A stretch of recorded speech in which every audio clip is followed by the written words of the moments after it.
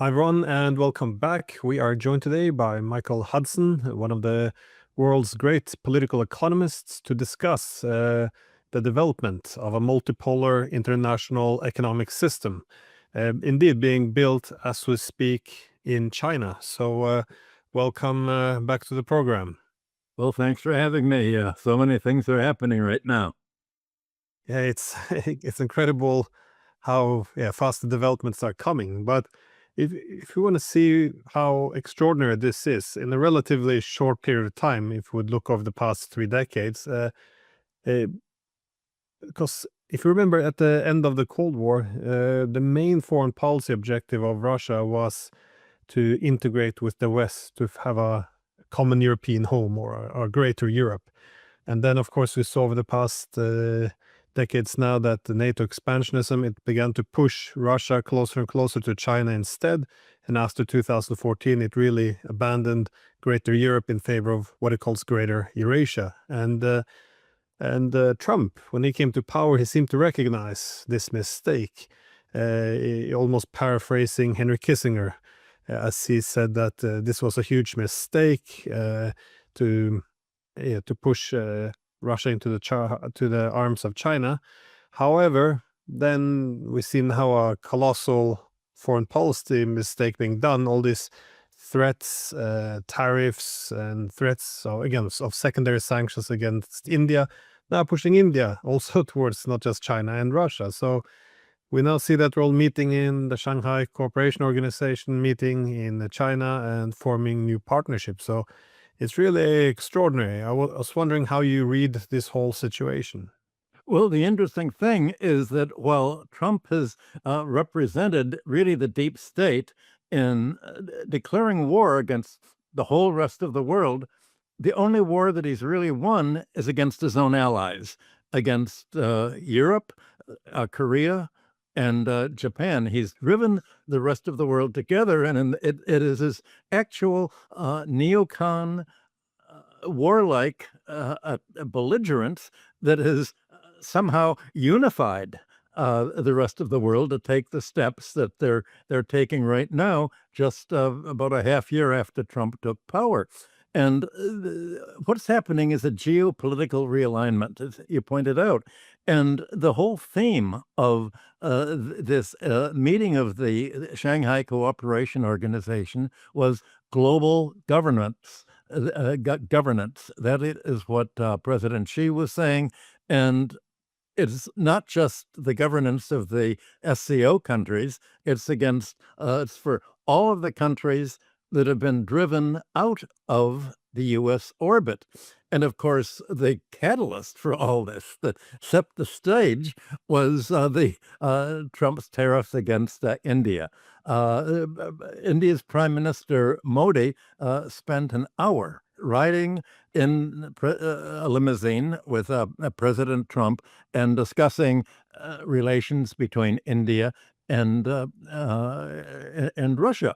And Trump had said, basically told India, we're going to block off the American market for you, and that's going to create chaos in your economy if you don't stop importing oil and energy from Russia. Well, what Modi said and explained to the audience was that India's trade in oil is much more important for its economy than its trade with the United States. Getting oil to power its industry, its whole economy, and to make money in trading with the balance of payments is more important than producing low wage textile labor and other labor that the United States companies had hoped to use India as a counterweight to China. They'll say, well, we don't need Chinese labor to make iPhones and other products. We can use Indian labor. All of that is ended. And as we, right after the SCO meetings, we're going to be leading right into the bigger meetings of BRICS, and the Indian Prime Minister Modi is going to be the head of BRICS for the next year because it's India's turn to become the host of BRICS, and they'll be meeting in India. Well, just a month before these meetings, everybody was, worrying that India was the weak part of the weak link in BRICS because it was in a way very much like Turkey. It was trying to play both the U.S. world and the China BRICS world both ways. And Trump has closed off the option of siding with the United States, despite the fact that so many Indian billionaires or wealthy businesses are tied to the United States. Modi has realized that the future of India's economy lies with Russia, China, Iran, and the rest of the BRICS region. So all of that was sort of the setting for all of this, and the what was made clear, the whole theme of the speeches by Putin and Xi and the others is that we are now 80 years since World War II ended, and the United States had pretty much a free hand in designing the international economic order, the International Monetary Fund, the World Bank, the World Trade Organization, and the Cold War, all on its own terms. And these terms promised to be multilateral, and they promised to be the terms that underlay the United Nations Charter. Above all, multipolarity, equal treatment of other countries, not selective tariffs, not sanctions against some countries, being told who you can trade with, who you can invest with, what you have to do. And all of this has been violated at an accelerating rate by the United States neocons in their Cold War. And so the way that President Xi, the host of these meetings, and they moved to China for the big to Beijing for the big military parade, I guess later today in China, China time, is that we are now going to pick up where 1945 was supposed to lead, to an alternative to fascism, an alternative to Nazism, an alternative to the militarism of Japan. And President Xi was pointing to China's role in defeating Japan, just Russia's role in defeating Germany and the Axis, and the great sacrifices they made, and that despite the fact that in their narrative, they really won the war against the Axis powers. The fact is that it was the United States that designed the post-war world, the United States that hired as many Nazi scientists and Nazi politicians as they could in Operation Paperclip, and hired them to fight communism in Latin America, in Europe, and other countries, hired their scientists, Werner von Braun, et cetera, for the U.S. space program, that it was the United States that somehow didn't really end World War II. And now that you have in Germany, Chancellor Merz saying, we're going to refight World War II, and this time the German army is going to beat the Russian army. This is really the setting that has consolidated the BRICS countries. And the result is that there is a global fracture that's occurring, but it's different from all of the attempts to do that really for the last 70 years.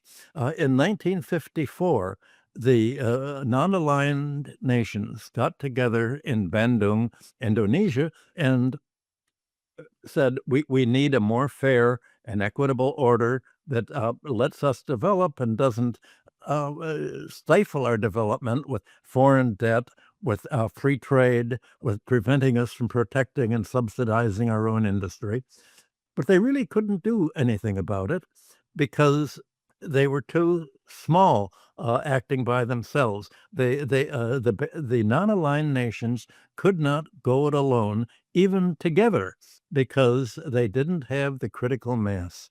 What's changed all this since the 1990s, obviously, has been China. That now China can be the core of this critical mass, largely because of its financial policies, its foreign exchange reserves, its economic power, its export power, its technology power. And this is enabled for the first time countries outside of the US and European orbit, I think we've discussed this before, to create an alternative. And that's these meetings at the SCO that are going to be followed by the BRICS meetings in a week or so are all about spelling out exactly how they're going to restructure this new economic order.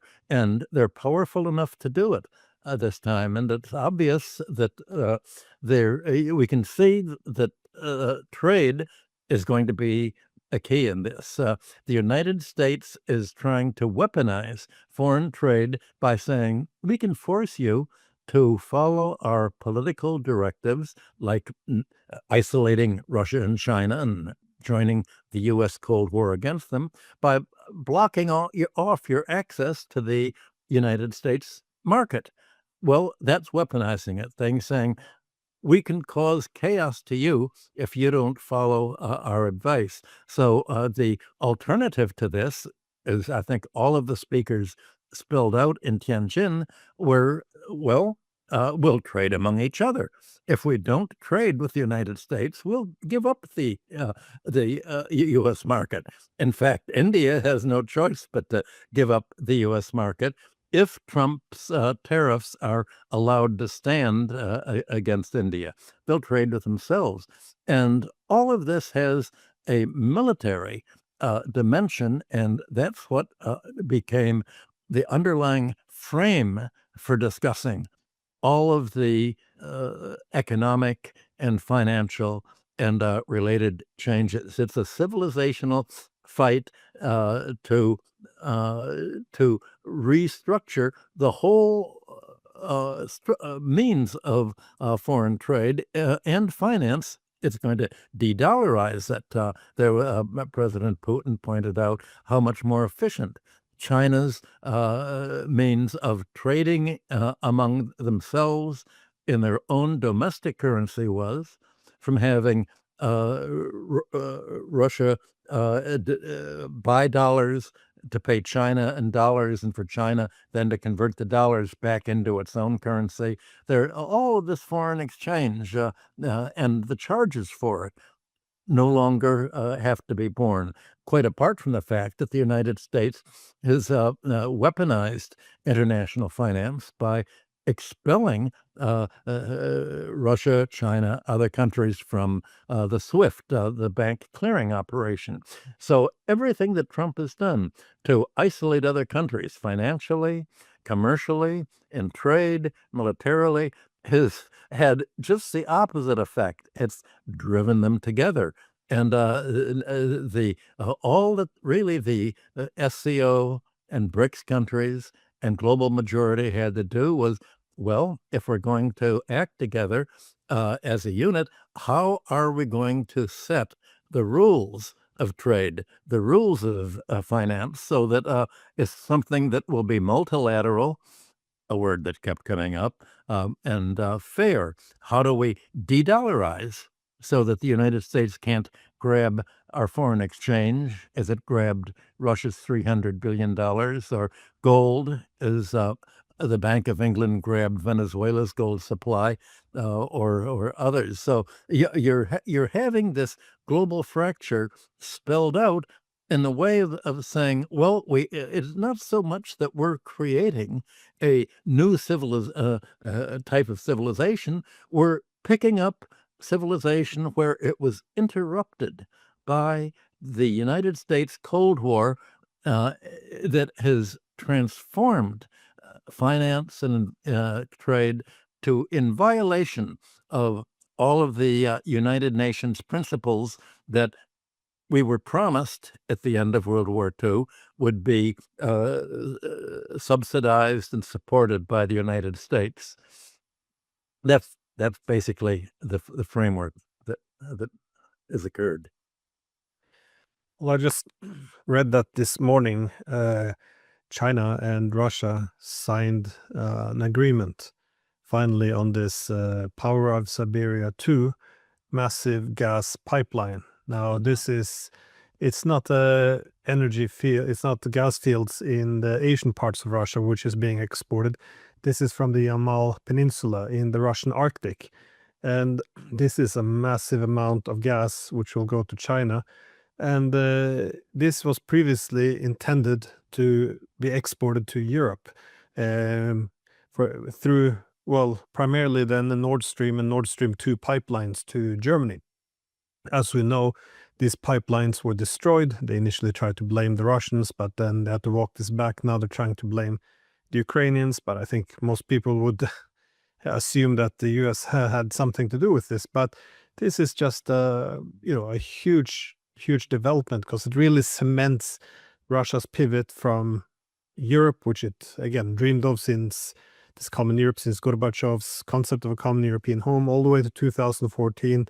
And then in 2022, it began to abandon it completely. But now, of course, signing this, which all of this gas, which was supposed to fuel all these European industries for decades to come, will now instead go to China. And I'm just wondering what future historians will say, because the Europeans are still celebrating that they liberated themselves from Russian gas, and now they don't have any alternatives except many times more expensive American gas, which might not even be available in the future. So it is amazing to see what is happening. But anyways, there's no really reversing this, because now That's the point. this is Irreversible. 30-year contract. Word. A year. Well, once you make a huge investment like this, you're not going to say, "Oh, we wanted at one point to be a European nation. We thought of ourselves as European, but we're not going to somehow tear down this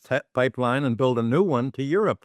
But Trump has made it clear. I'm sorry, Putin has made it clear that the break with Europe, and especially Germany, is going to take many decades to be restored. There's not Russia has come to terms with the fact that there's not going to be a reopening of the Nord Stream pipeline to Europe.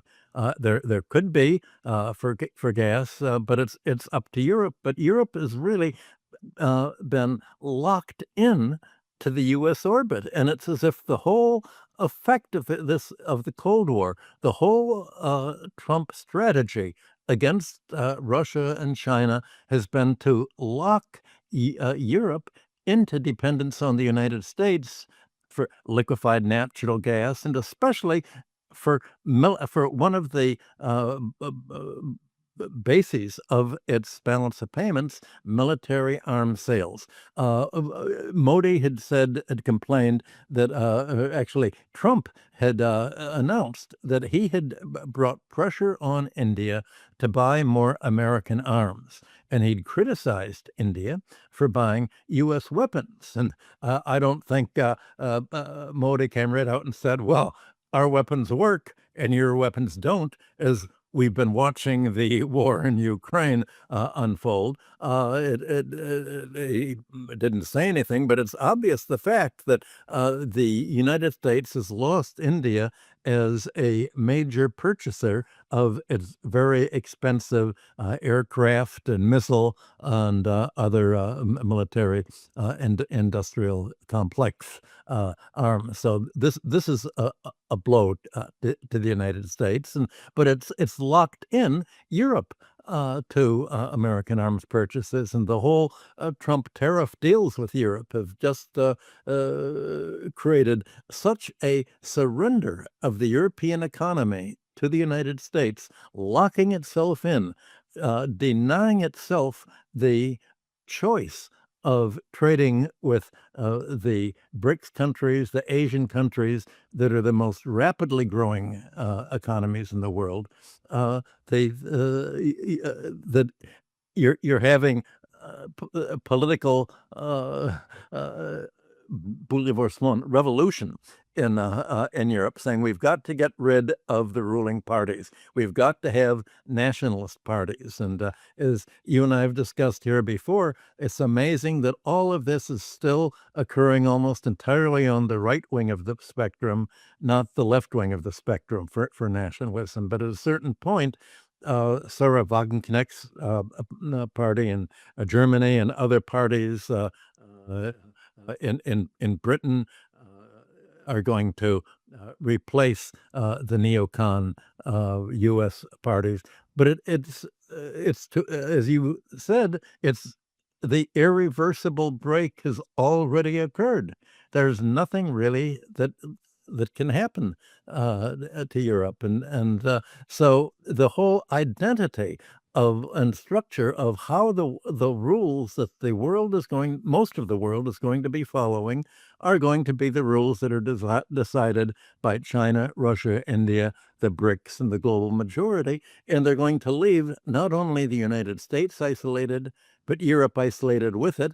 And in view of the fact that in the last few days, von der Leyen in Germany and the EU have announced their intent to supply missiles to Ukraine and attack Russia, this is just locking in the irreversibility of isolating Western Europe from the rest of Eurasia.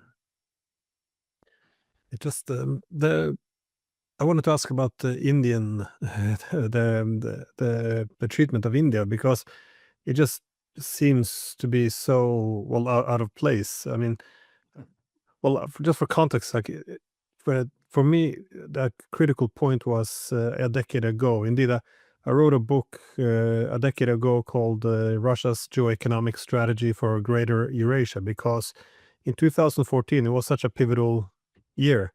That is, we saw the same time as the West backed this coup in Ukraine, which killed Russia's hope for a common Europe. This happened around the same time as the Chinese were launching their Belt and Road Initiative by land and sea. The same time that the Chinese were launching this Asian Infrastructure Investment Bank. The same time they were launching this China 2025 to develop leadership in key technologies. So you saw the format for new technologies, industries, transportation corridors, banks, different currencies, all coming out at the same time in China as they toppled this government in Ukraine. And for me, it was just amazing, because for the first time you had a country like China, which had both the capabilities and the preparedness to challenge the US-centric economic system. And this was the time to kill a Russia's dream of being able to integrate with the West. I mean, it was kind of extraordinary. If you wanted to sabotage yourself, this is kind of what you would do. And which is why I think the past decade was kind of predictable in many ways. But now we've seen Russia and China kind of leading this Eurasian front in order to develop an alternative economic system. But India was always the wild card, because they have a bit of a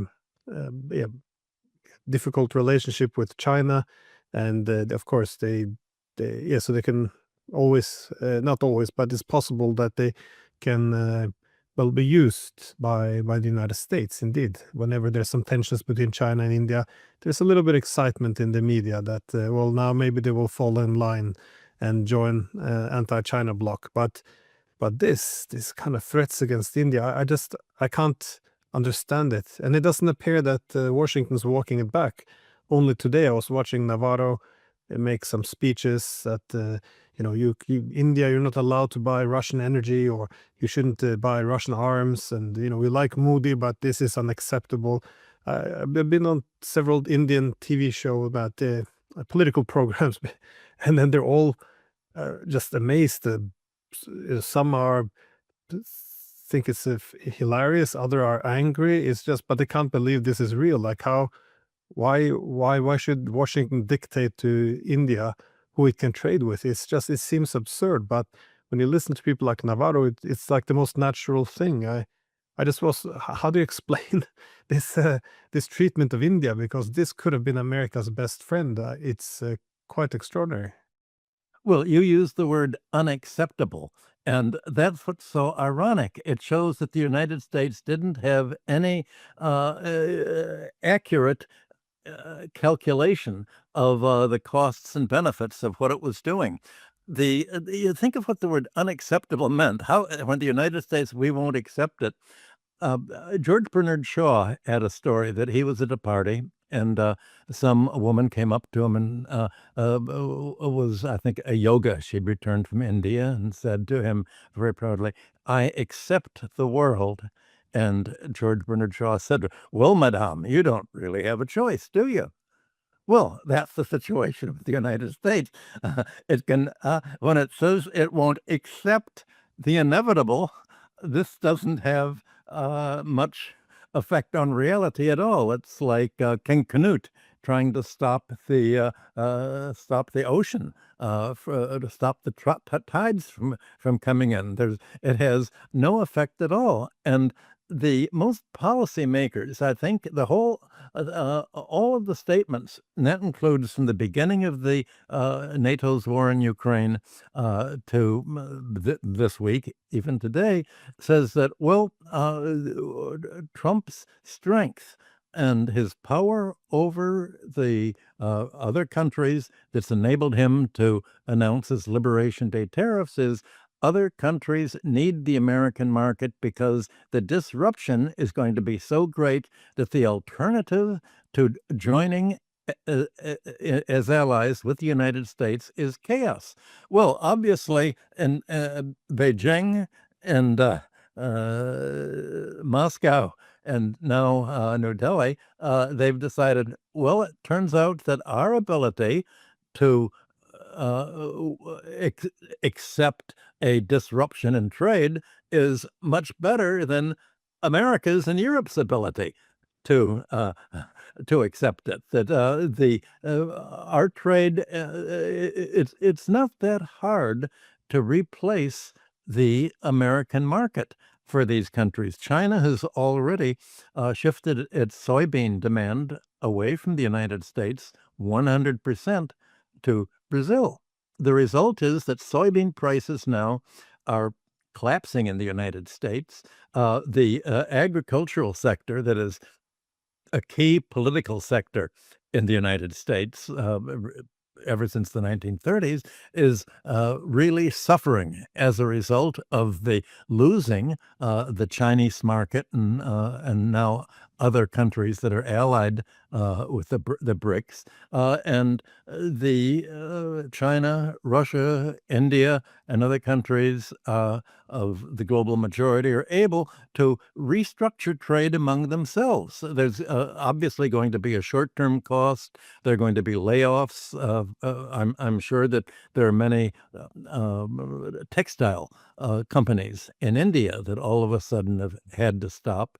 It may be that today's ruling by the Supreme Court that Trump's tariffs are illegal may give hope that, well, gee, maybe these tariffs will have to be canceled. That's not going to have any effect at all because you have both the Republicans and the Democrats in Congress completely supporting what Trump is doing. They've supported the war against China. So this is not going to lead other countries to say, oh, now we can open our factories again and begin exporting to the U.S. because it'll all be turned upside, closed once again once there's a vote in Congress. Do you support America's war against China? Well, they all do. Certainly the politicians support it.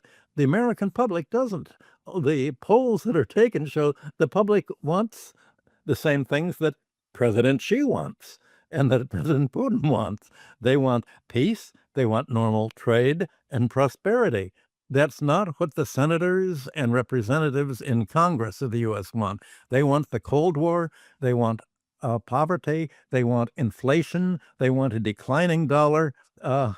It's the politicians that are destroying the economy, not either the voters or the business community that's going to be losing from all this. That's what's so amazing in all of this, that the United States is not really acting in its own self-interest, and apparently it's because the CIA and the National Security Council and the Council of Economic Advisors and all of the economists in the government have miscalculated the costs and benefits that are at stake in restructuring this world order. They cannot acknowledge, for ideological reasons, the why the China and its allied countries are pulling ahead. They can't acknowledge that a socialist market economy works better than a financialized, belligerent economy that's running a chronic balance of payments deficit and government debt as a result of its Cold War. They can't acknowledge that. Well, a lot of the deals which are being made, obviously they're economic primarily, and I keep making the point that this getting India on board, India wouldn't want to join anything that would be seen as a group against America, because their main idea is they want to be able to diversify their ties and trade with everyone. So it's not a grouping against America, but it's a grouping protecting themselves from America. That is, if Washington wasn't going against India, India would be much more cautious. But now it's what can they really do? And I don't think they would have ever subordinated themselves or capitulated to the demands of Washington. But even if they would, what would have been the rewards? We've seen the Europeans have done it. They signed any deal Trump put in front of them, even though the EU said it was a horrible trade deal. They signed it nonetheless, and they sat like good schoolboys in front of his desk. They did everything that was asked, hoping that their obedience would be rewarded, but it wasn't. All they did was cut themselves off from Russia, China, Iran, and now possibly India in the future too. And it's not actually rewarded. It just makes them more dependent on the US, which then weakens their hand even more. So, it would be a kind of foolish assumption to believe that the Indians will go down the same path. Well, neither President Xi nor President Putin in their speeches made any reference to the United States at all.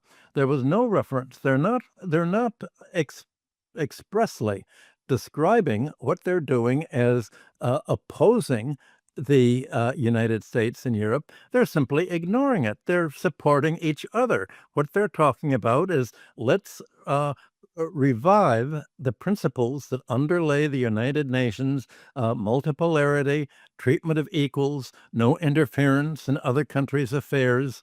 Let's decide what is an ideal world order that we can all join as part of a win-win situation, and not permit any of our member countries to weaponize foreign trade, to weaponize international finance, and to settle our differences on the battlefield instead of by negotiation. None of this, they've simply ignored the United States. So it's not that India or any other country that's joining it is aligning itself against the United States. They're saying we're following the basic principles that we think are the principles of civilization itself.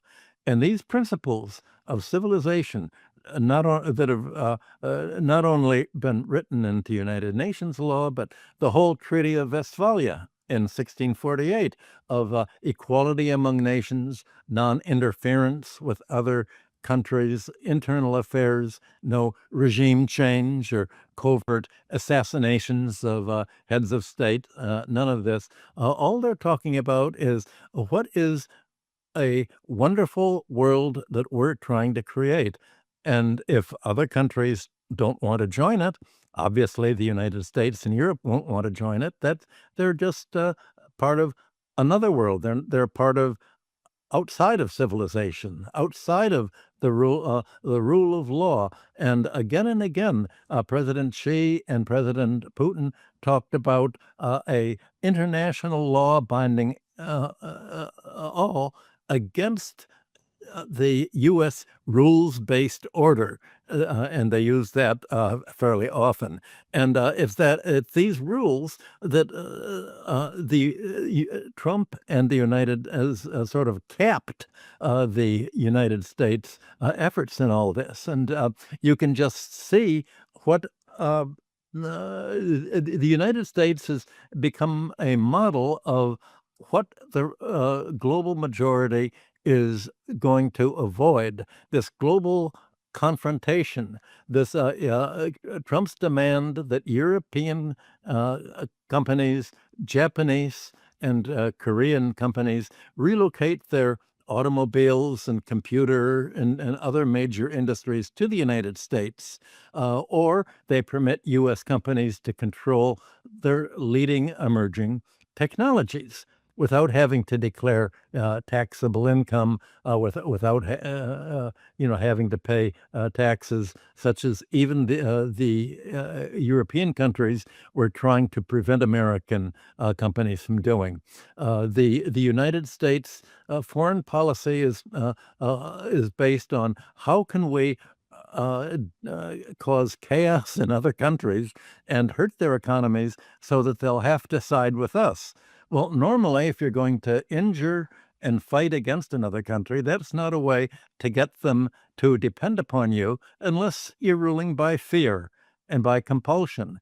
And the whole framing of the future of the SCO and BRICS, as their speakers have announced, is going to be it's voluntary. It's voluntary because people want to be mutual gain, not a zero-sum game, which is how Donald Trump has said U.S. relations will have to be bilateral, country by country, and America has to be the winner.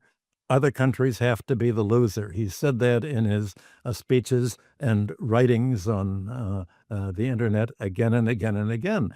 So you're in a way, Trump has spilled out exactly the reverse of everything the rest of that Asia and the global majority want to avoid, and this is helping them write up the rules that are going to prevent any country who's a member of themselves is ever going to be able to do again. So in that sense, maybe he should win the Nobel Prize. He's accelerated and catalyzed this creation of a fair and ideal, peaceful world. It just doesn't apply to United States and Europe.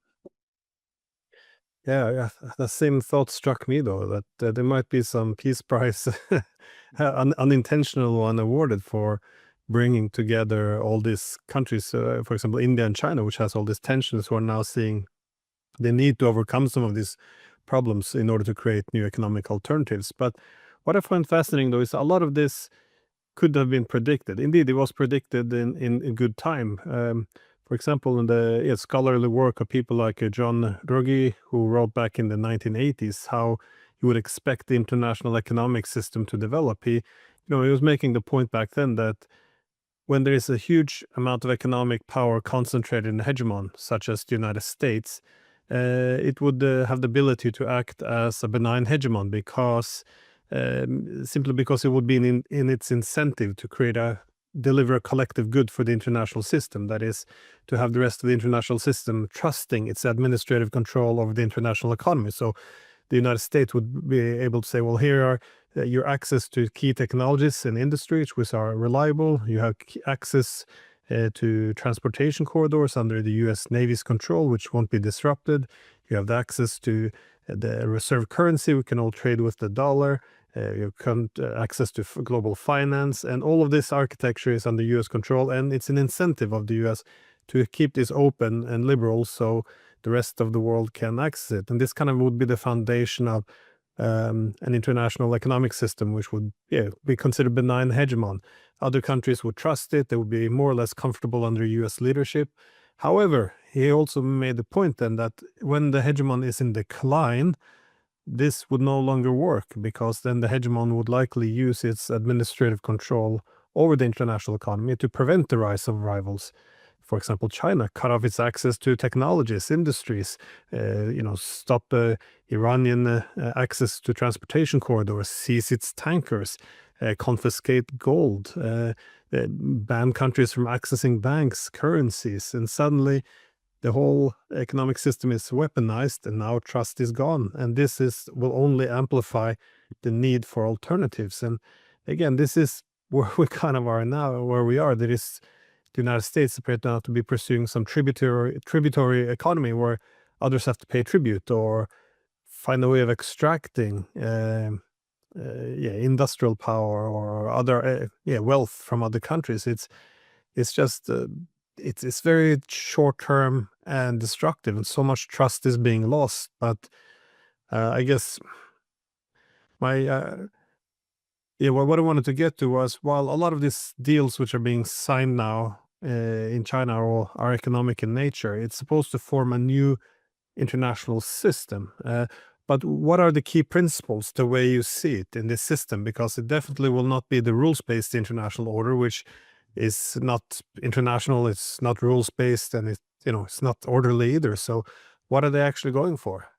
Well, I'd written what you just described up already in my book, Global Fracture, in 1978. And I think these rules have been spilled out. You mentioned transport.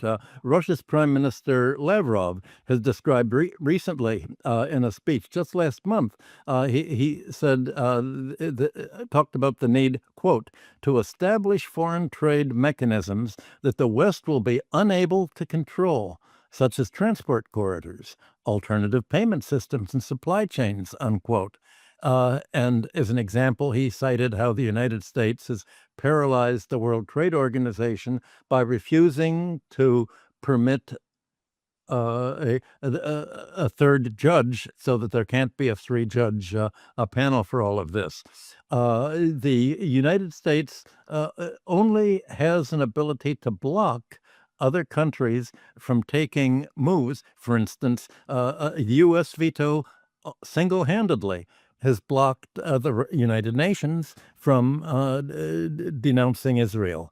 And you can just follow the results of the U.S. veto power.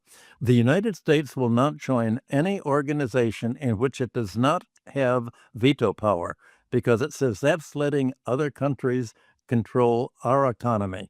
Well, no country is going to have that kind of veto power in the global majority countries. That was turns out to have been the Achilles heel of the United Nations. This ability, the ability to the U.S. to block things, and simply corruption, the way that it's corrupted the International Atomic Energy Agency by having Rafael Grossi turn over all of Iran's atomic energy sites and scientists' names to Israel to assassinate and to bomb. I mean, Lavrov mentioned a whole bunch of it. So the United, as you just pointed out, the world is not to be governed any longer by the unilateral U.S. rules that are subject to desperation. The U.S. is acting in desperation, trying to stop everything. And President Putin described this already in 2022. He was laying the groundwork for what we're seeing flowering today. He said, Western countries have been saying for centuries that they're bringing freedom and democracy to other nations, yet the unipolar world is inherently anti-democratic and unfree. It is false and hypocritical through and through. Well, that's about as direct a statement as you can have, and you can see how that many people outside the United States have said, well, the last 3 years, 2022 to today, have just borne that out. We've got to have an alternative. And that's really the point, that this is the first time that they've been really pushed into spelling out just what the rules of an alternative are. They can't simply say, we're going to break from the United States and go it alone. They have to make, well, what are the rules by which we go it alone? how are we going to set rules so to shape how we trade in a fair way with each other, how we finance this foreign trade? China has announced that it's going to set up a bank that will be able to extend credit to countries that are running deficits with China or paying for China's investment in these countries to develop the Belt and Road Initiative and the Transportation Initiative that is going to enable them all to produce for each other's market instead of for the U.S. And European market. But I guess my last question is this is a very different economic system, because traditionally we only see liberal economic systems function under the British hegemon, and then in the 19th century, and then the American hegemon in the 20th. That doesn't mean that there hasn't been any alternatives. It's not that long since the Industrial Revolution and introduction of capitalism and all, but in this multipolar system, what are the opportunities as well as the challenges to create a stable economic system? Well, what's so ironic is that what China is doing in its socialist market economy is exactly what the classical economists outlined as the development strategy of industrial capitalism in Britain, France, Germany, and other countries in the early 19th century. It has a mixed economy, which is exactly where the European economies were working for, saying we're going to get rid of all of the monopolies that were created in the Middle Ages, the feudal epoch, to enable kings to raise the money to pay their creditors for the war debts that they took on to fight each other. We're going to make these public entities so that instead of being monopolies, they can supply basic services, health, education, transportation, communications at a subsidized rate to lower the economy's cost of doing business. Well, that's what China's doing. That it's really following the mixed economy, and where China has gone further than the classical economists of the 19th century went is that it's really controlled finance in its as a public utility. The creation of money and credit is run by the People's Bank of China, and it creates credit for purposes of direct, tangible capital investment to increase production and to fund investment that will raise living standards, not to make money financially. So the whole structure that you're going to see in the SCO, the BRICS countries, and the global majority is going to be to use banking and finance not to fund takeovers of property, not to essentially create credit, and especially in real estate, and create real estate bubbles or stock market bubbles, or run the economy as a Ponzi scheme, but to actually use credit creation and the economic surplus to plow back into overall national production, not the creation of financial wealth in the hands of a narrowing financial sector at the very top of the economic pyramid, whose product is debt, getting the rest of the population into debt for itself, and getting monopolies that extract interest, monopoly rent, and all the financial overhead that characterizes the West. So that's the way that we're really moving into that kind of what they is described now as the new rules of civilization, but they're the very rules of civilization that followed naturally from the Industrial Revolution, to saying how is England and European countries going to industrialize and make England, Britain, the workshop of the world? Well, we're going to lower the cost of production. We're going to get rid of the rent overhead. We're going to get rid of the landed aristocracy and its demands for ground rent. We're going to get rid of the monopolies and make them into public utilities.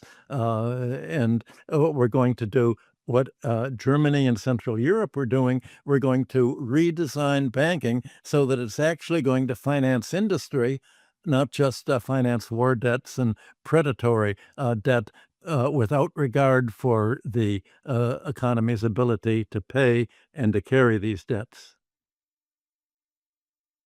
I know that at the face of it, I mean, it's almost obligatory for anyone in the West that we should all interpret these developments as something negative, given that this represents a massive power shift from the West to the East. And of course, there's something to be said about that. But on the other hand, it has to also be recognized that the system, which is now, which these countries are seeking to decouple from, it seemed to have reached the end of the line. That is, as you mentioned, our economies have become excessively financialized. They're simply not that competitive anymore. The debt has grown to such crazy levels; it's not sustainable. Trust in this economic system is faltering.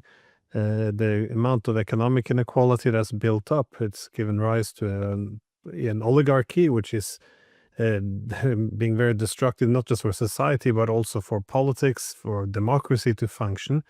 And as you suggested as well, the addiction to these forever wars, it's, how long is this gonna, it's reaching the end of the line, it seems. So at this point in time, if there's no other alternatives, uh, it's strange to me that we have this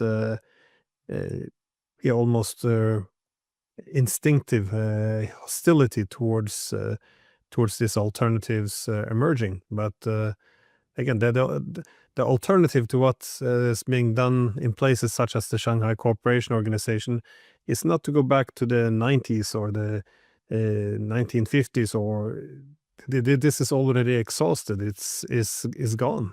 I'm a bit confused by this hostility. I saw the German media, they called it in the Bild, they wrote this morning, this was the summit of tyranny, or the villains summit, of rogue nations. That it's just a very strange way of framing this massive historical developments taking place now in the present time.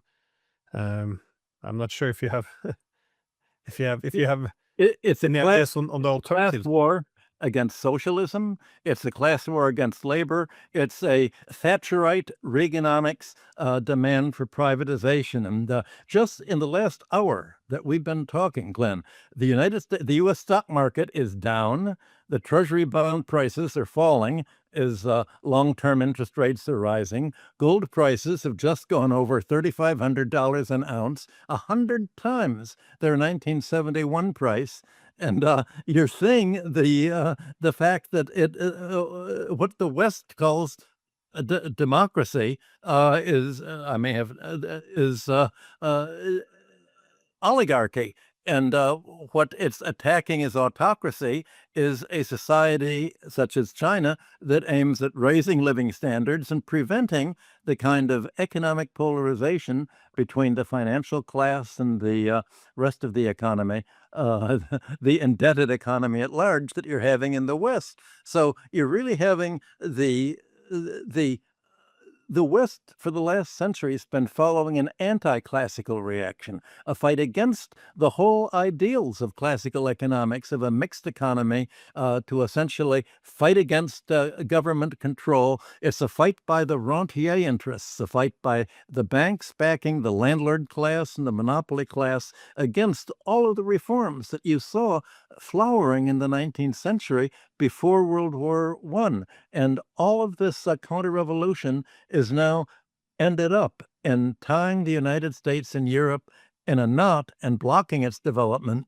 And it's the rest of the countries that are picking up the development, the trajectory that civilization was going in on the eve of World War I. Before this whole last century has been a long detour of U.S.-European dominance under an increasingly unfair, polarized financial oligarchy. That's the big picture in my view.